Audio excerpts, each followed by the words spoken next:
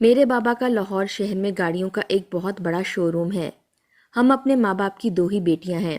ہمارے گھر میں کسی چیز کی کوئی کمی نہیں تھی، مگر بابا ہم دونوں بیٹیوں کو ناپسند کرتے تھے۔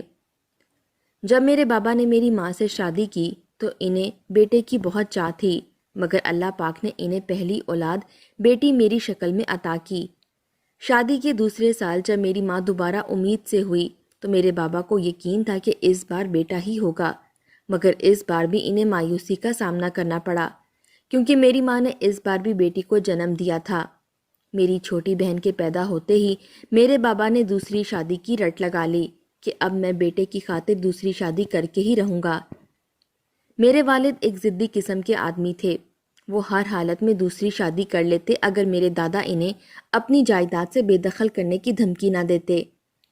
میری امی میرے دادا ابو کی سگی بہن کی بیٹی تھیں اور سب سے بڑھ کر وہ دادا ابو کی بہت لاڈلی تھیں۔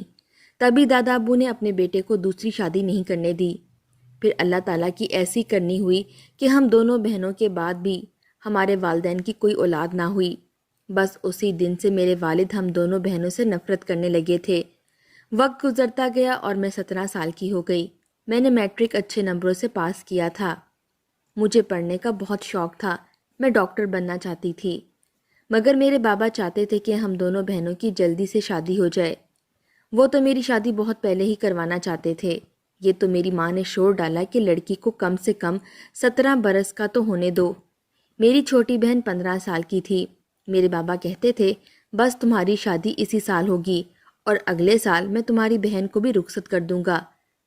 ہماری پڑھائی ہو یا ہمارے لیے کوئی چیز لینی ہو، ہمارے سارے کام ہماری امی ہی کرتی تھیں، بلکہ کبھی کبھی تو بابا پیسے دینے سے بھی انکار کر دیتے تھے اور پھر دادا ابو ہماری مدد کیا کرتے تھے۔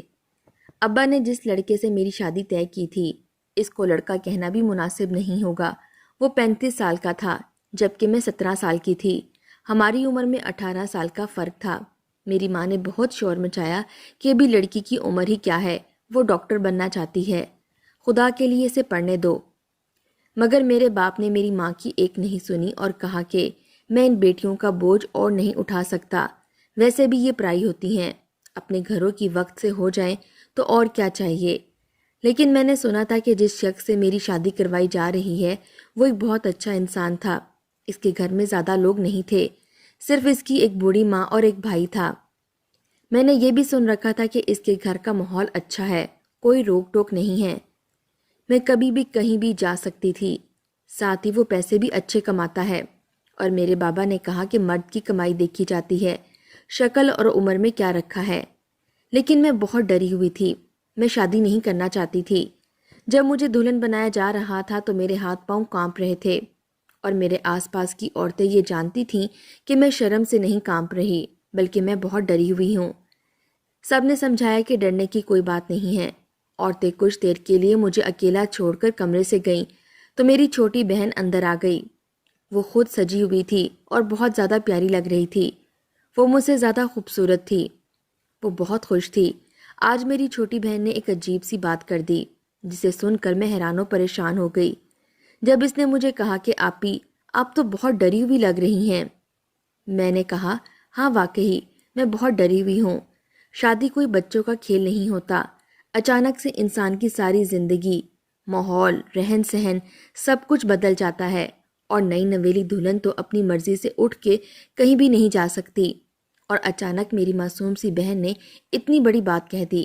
وہ کہنے لگی کہ نئی دلہن کو اور بھی بہت سے فائدے ملتے ہیں، کیا آپ کو ان کے بارے میں کچھ نہیں پتا؟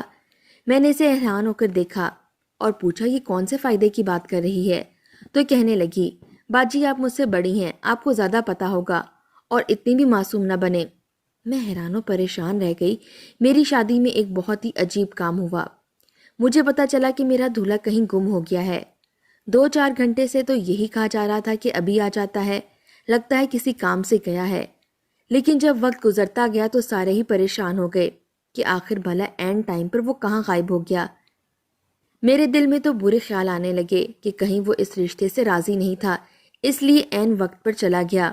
اور میری ہونے والی ساس کا کہنا تھا کہ ایسی کوئی بات نہیں ہے، وہ تو اس شادی سے بہت زیادہ خوش تھا، ابھی آ جائے گا۔ تھوڑی دیر بعد آصف واپس آ گئے۔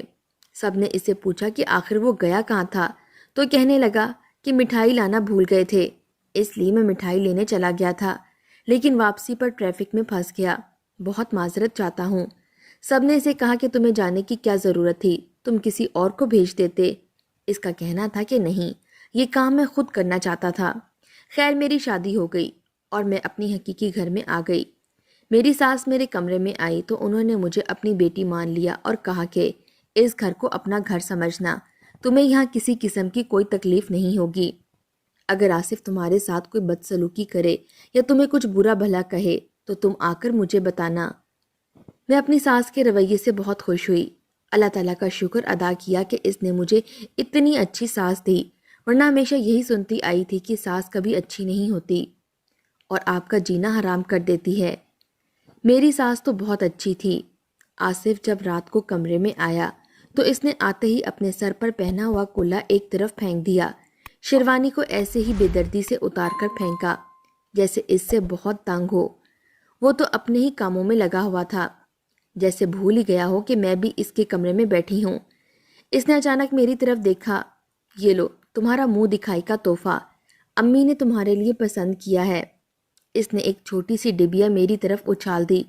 جب میں نے اسے شکریہ کہنا چاہا تو اس نے پہلے ہی ہاتھ کے اشارے سے مجھے کہا کہ ہاں ہاں ٹھیک ہے، آپ جاؤ اور کپڑے تبدیل کرو۔ میں واش روم کی طرف چلی گئی۔ واپس آئی تو دیکھا کہ آصف بہت گہری نیند میں سو رہا تھا۔ یہاں تک تو ٹھیک تھا کہ وہ تھک گیا ہوگا، لیکن اس کا رویہ میرے ساتھ بہت ہی عجیب تھا۔ اس نے تو مجھے ایک نظر دیکھا بھی نہیں، مجھ سے بات بھی نہیں کی، اور تو اور وہ تحفہ بھی کیسے پھینکا تھا۔ صبح ایک اور حرکت ہوئی۔ جب میری ساس میرے کمرے میں آئی اور مجھے ایک جوڑا دیا، بولی کہ تیار ہو جاؤ، آج تمہارا گھر میں پہلا دن ہے۔ آصف پہلے ہی اٹھ کر کہیں چلا گیا تھا۔ جب میں تیار ہو کر نیچے آ رہی تھی، مجھے کسی کے ہنسنے کی آوازیں آئیں۔ یہ دیکھ کر میں حیران ہو گئی کہ وہ میری چھوٹی بہن تھی، جو میرے شوہر کے مقابل بیٹھی ناشتہ کرنے میں مصروف تھی اور ساتھ ہی ساتھ کسی بات پر بہت کھل کھلا کر ہنس رہی تھی۔ آپی بھی آ گئیں، اتنی پیاری لگ رہی ہیں ماشاءاللہ، کہیں آپ کو نظر نہ لگے، ادھر آئے نا ہمارے ساتھ بیٹھیں۔ میں نے دیکھا کہ میرے وہاں آنے کے بعد آصف کا موڈ بالکل ہی آف ہو گیا تھا۔ پھر میں نے مصباح سے پوچھا کہ امی ابو کیوں نہیں آئے، تو کہنے لگی ان کو کوئی کام تھا، اس لیے ناشتہ لے کر میں آئی ہوں، آخر میں ہی تو اس گھر کی بڑی ہوں، آپ تو وہاں سے چلی آئی ہیں، امی ابو کو آنا چاہیے تھا، میں نے غصے میں کہا تھا۔ آصف بولے، اگر یہ ناشتہ لے کر آ گئی ہے تو تمہیں کیا مسئلہ ہے؟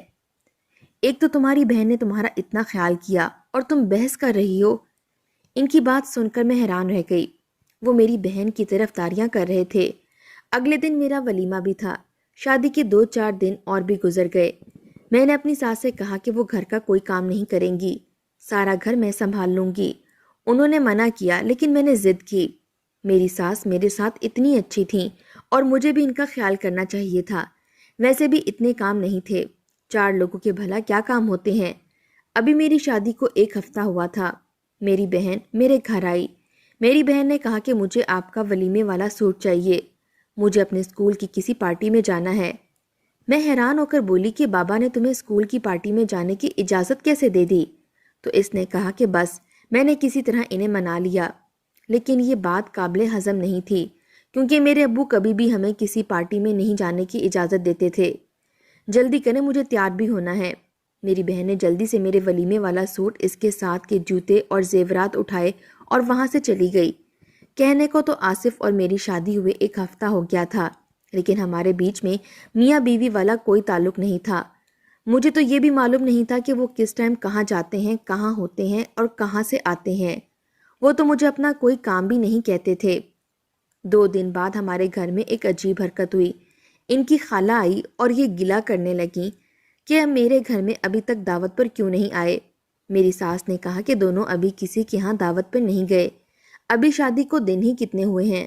تو وہ فوراً بولی کہ تم جھوٹ تو نہ بولو، یہ دونوں اپنی پھوپھو کے گھر جا سکتے ہیں، تو میرے گھر آنے میں کیا قباحت تھی؟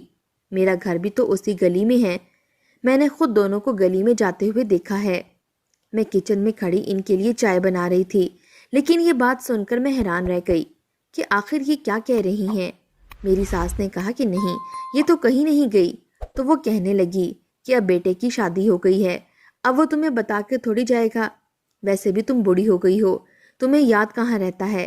خالہ تو ہمیں یہ کہہ کر چلی گئیں، لیکن میری ساس کے دل میں ایک بات ڈال گئیں کہ شاید ہم لوگ ان سے پوچھے بغیر کہیں گئے ہیں۔ میری ساس نے پوچھا کہ بیٹا مجھے تو بتا کر جاتے۔ میں نے انہیں کہا میں ان کے ساتھ کہیں بھی نہیں گئی، لیکن جب خالہ نے خود کہا ہے کہ اس نے ہمیں گلی میں جاتے ہوئے دیکھا ہے تو پھر اس میں کوئی جھوٹ کی بات نہیں تھی۔ میری ساس بھی یہی سمجھی کہ میں جھوٹ بول رہی ہوں۔ میری ساس نے کہا کہ بیٹا کوئی بات نہیں، میں تو تمہیں جانے سے نہیں روکوں گی، بس مجھے بتا دینا۔ ہمارا خاندان بہت بڑا ہے اور سب لوگ تمہاری دعوت کرنا چاہتے ہیں، اس لیے پھر ایک گھر جاؤ دوسرے کے گھر نہ جاؤ تو برا لگتا ہے، اور میں تو ان کے ساتھ کہیں بھی نہیں گئی، میں بولتی رہ گئی، لیکن میری ساس کو یہی لگا کہ میں جھوٹ بول رہی ہوں۔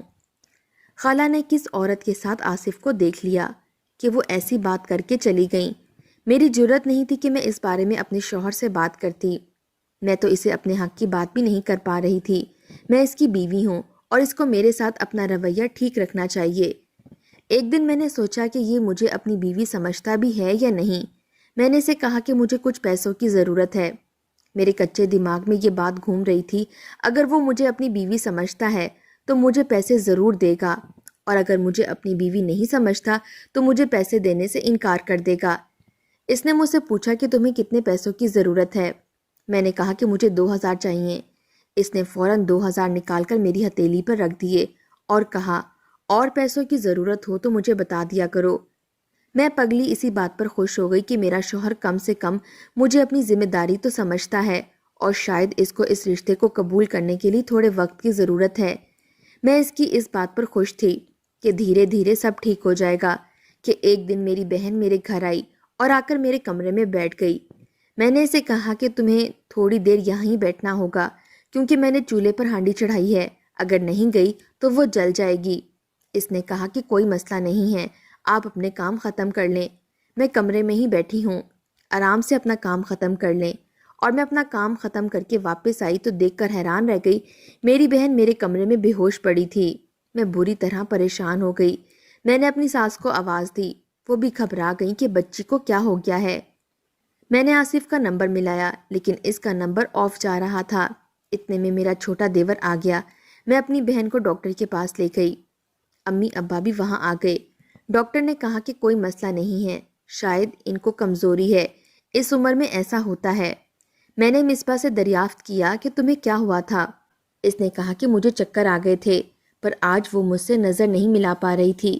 اس کی آنکھوں میں ایک عجیب سا ڈر تھا، وہ بہت تھکی ہوئی تھی اور پریشان لگ رہی تھی۔ میں نے اسے ایک طرف لے جا کر پوچھا کہ گھر میں تو سب ٹھیک ہے نا، ابا لڑے تو نہیں؟ تو وہ کہنے لگی کہ نہیں، اب انہوں نے لڑنا چھوڑ دیا ہے۔ خیر وہ امی ابو کے ساتھ گھر چلی گئی۔ میں نے شام کو اس کی صحت پوچھنے کے لیے کال کی تو اس نے مجھ سے بات کرنے سے انکار کر دیا۔ اماں کا کہنا تھا کہ وہ کسی سے بھی بات نہیں کر رہی، ویسے طبیعت اس کی ٹھیک ہے۔ میں نے کہا کہ ٹھیک ہے، اس کو زیادہ تنگ نہیں کریں۔ 2 دن بعد مصباح پھر سے میرے گھر آئی۔ میں نے اسے باہر ہال میں بیٹھنے کو کہا۔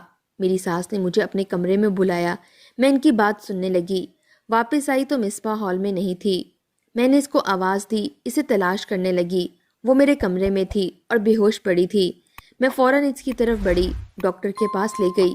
سب پریشان تھے اور میں حیران تھی کہ آخر وہ ہر بار میرے گھر آ کر بے ہوش کیوں ہو جاتی ہے۔ میں نے مصباح سے بات کرنے کی کوشش کی اور وہ مجھ سے بات نہیں کر رہی تھی۔ اگر اس کو مجھ سے بات نہیں کرنی تھی تو میرے گھر کیوں آئی تھی؟ یہ بات مجھے اندر ہی اندر سے کھائے جا رہی تھی۔ ایک دن میں چھت پر تھی کہ میں نے گلی میں جھانکا تو مصباح آ رہی تھی۔ میں جلدی سے نیچے آئی اور ساس سے کہا کہ مصباح آ رہی ہے، آپ اسے کہیے گا میں بازار گئی ہوئی ہوں، اور پھر میں اپنے کمرے میں چھپ گئی۔ میری ساس نے ایسا ہی کیا۔ کچھ دیر بعد مصباح میرے کمرے میں آئی اور آس پاس دیکھنے لگی۔ وہ رو رہی تھی۔ اچانک وہاں ایسا ہوا کہ میری جان نکل گئی۔ اچانک میرا شوہر آصف کمرے میں داخل ہوا۔ اس نے میری بہن کا ہاتھ پکڑا اور کہا کہ اگر آج تم نے بے ہوشی کا ڈرامہ کیا تو میں تمہیں جان سے مار ڈالوں گا، چپ چاپ میرے ساتھ چلو۔ میں حیران رہ گئی کہ آخر یہ سب کیا ہو رہا ہے۔ وہ مذمت کر رہی تھی، اس کے ساتھ جانا نہیں چاہتی تھی۔ میں اپنی بہن کو بچا سکتی تھی، لیکن مجھے جاننا تھا کہ یہاں پر کیا چل رہا ہے۔ آصف نے کہا کہ پہلے تو تمہارے اتنے نخرے نہیں ہوتے تھے، اب تمہیں نخرے کرنے آ گئے ہیں؟ اگر تم نے میری بات نہ مانی تو میں تمہیں بدنام کر کے رکھ دوں گا۔ یہ بات یاد رکھنا کہ ہمیشہ عورت بدنام ہوتی ہے، مرد پر کوئی اثر نہیں پڑتا۔ مصباح کی مٹھی میں بے ہوشی کی دوا تھی۔ وہ اس دوا کو کھانے لگی کہ آصف نے اس کا ہاتھ پکڑ لیا، دوائی اسے چھین لی۔ اس نے کہا کہ میں جانتا ہوں کہ آج نوشین گھر پر نہیں ہے، اس لیے تمہیں آج بچانے کوئی نہیں آئے گا۔ ہمت ہے تو چلاؤ، بلاؤ سارے گھر والوں کو، لیکن تم ایسا کبھی نہیں کرو گی کیونکہ تم جانتی ہو کہ تم بھی قصوروار ہو۔ میں جھٹکے سے پردے کے پیچھے سے نکلی تو وہ مجھے دیکھ کر آصف اور مصباح دونوں کے قدموں تلے سے زمین نکل گئی۔ میں نے کہا یہاں پر کیا ہو رہا ہے؟ مصباح میرے پاس آئی اور میرے قدموں میں بیٹھ کر کہنے لگی کہ آپی میں بہت گنہگار ہوں، میں نے بہت بڑا گناہ کیا ہے، لیکن خدا کے لیے مجھے اس بندے سے بچا لو۔ شور کی آواز سن کر میری ساس اور دیور بھی وہاں آ گئے۔ میری ساس آصف کو دیکھ کر حیران رہ گئی کہ اس وقت وہ آفس میں ہوتا تھا۔ وہ دراصل پچھلے دروازے سے آیا تھا۔ میری ساس نے پوچھا کہ کیا چل رہا ہے یہاں؟ میں نے بھی سوال کیا کہ تم میری بہن کو کہاں لے جا رہے تھے؟ یہ بہن جسے تم معصوم سمجھتی ہو یہ بالکل بھی معصوم نہیں ہے، وہ نفرت سے بولا اور گھر سے باہر چلا گیا۔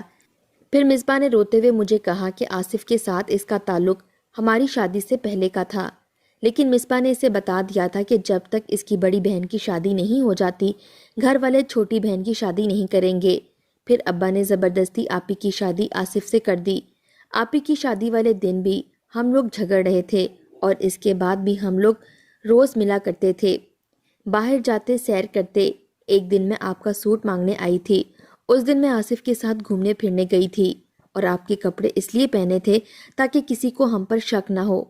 آصف نے کہا کہ اس کی خالہ نے ہمیں دیکھ لیا ہے، لیکن وہ بے خوف تھا، اس کو کسی بات سے کوئی فرق نہیں پڑ رہا تھا۔ وہ کہتا تھا کہ وہ مجھ سے شادی کرے گا، کہتا تھا کہ تمہاری بہن کب تک تم سے ناراض رہے گی، ایک دن مان ہی جائے گی، ساتھ رہو گی، اس سے اچھا کیا ہوگا۔ لیکن میں اس بات سے انجان تھی کہ 2 بہنوں سے نکاح جائز نہیں ہے۔ یہ بات مجھے پتہ چلی تو میں یہ سوچنے لگی کہ مجھ سے شادی کرنے کے لیے اسے آپ کو طلاق دینی ہوگی، اور میں ایسا نہیں چاہتی تھی۔ ہم نے ابھی تک کوئی گناہ نہیں کیا ہے، لیکن اب آصف مجھ سے نکاح کرنا چاہتے تھے۔ مجھے معاف کر دیں آپی، مجھے شادی کرنے کا بہت شوق تھا اور امی ابو ہمیشہ آپ کی شادی کی بات کرتے تھے اور وہ کبھی بھی مجھے پسند کی شادی کرنے کی اجازت نہیں دیتے۔ میں بری طرح پھنس گئی تھی۔ میں 3 بار آپ کے پاس آئی، تب بتا دینا چاہتی تھی اور پھر ہمت نہیں ہو رہی تھی، اور تینوں بار میرا آصف سے سامنا ہو جاتا۔ پہلے 2 بار میں ڈر سے بے ہوش ہو گئی۔ میں نے اس سے بچنے کے لیے اس چیز کو ڈھال بنا لیا۔ آپ کو ہر بار اپنے لیے پریشان دیکھ کر اپنے گناہ کا احساس اور بھی شدت سے ہوتا تھا۔ میں اپنے کیے پر بہت شرمندہ ہوں۔ میں نے اپنی جان لینے کی بھی کوشش کی، لیکن مجھ میں خودکشی کرنے کی ہمت نہیں ہے۔ مصباح میرے پاؤں پکڑ کر رو رہی تھی، لیکن میں نے اس کی دسترس سے اپنے پاؤں پیچھے کر لیے اور وہ مزید رونے لگی۔ میری ساس کی آنکھوں میں بھی آنسو آ گئے۔ ان کا کہنا تھا کہ میں نے اپنے بیٹے کی ایسی پرورش نہیں کی، اور پھر وہ اس حد تک کیسے گر گیا کہ 2 لڑکیوں کی زندگی کو برباد کر دے۔ میری بہن معصوم سی چھوٹی بچی تھی، آصف تو ایک بالغ اور عمر رسیدہ انسان تھا، اس سے اس طرح کی توقع نہیں کی جا سکتی تھی، لیکن بہرحال غلطی مصباح سے بھی ہوئی تھی۔ میری ساس نے میرے ماں باپ کو بھی گھر بلایا اور آصف کو بھی، اور ان کے سامنے یہ سارا معاملہ رکھا۔ میں حیران تو اس بات پر تھی کہ آصف اپنے کیے پر شرمندہ نہیں تھا۔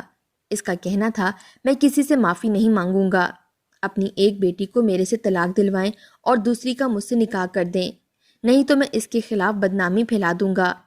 ماں کے آنسوؤں کی بھی پرواہ نہیں تھی جو ہمارے سامنے اس قدر شرمندہ ہو رہی تھی، اور پھر وہاں ایک ایسی حرکت ہوئی جس کے بعد آصف کا سر شرم سے جھک گیا، لیکن اس کی ماں کا سر فخر سے بلند ہو گیا، اور ہم سب حیران رہ گئے کہ آصف کا چھوٹا بھائی کامران جو ہمیشہ چپ چپ رہتا تھا آج بولا تو سب کو حیران ہی کر دیا۔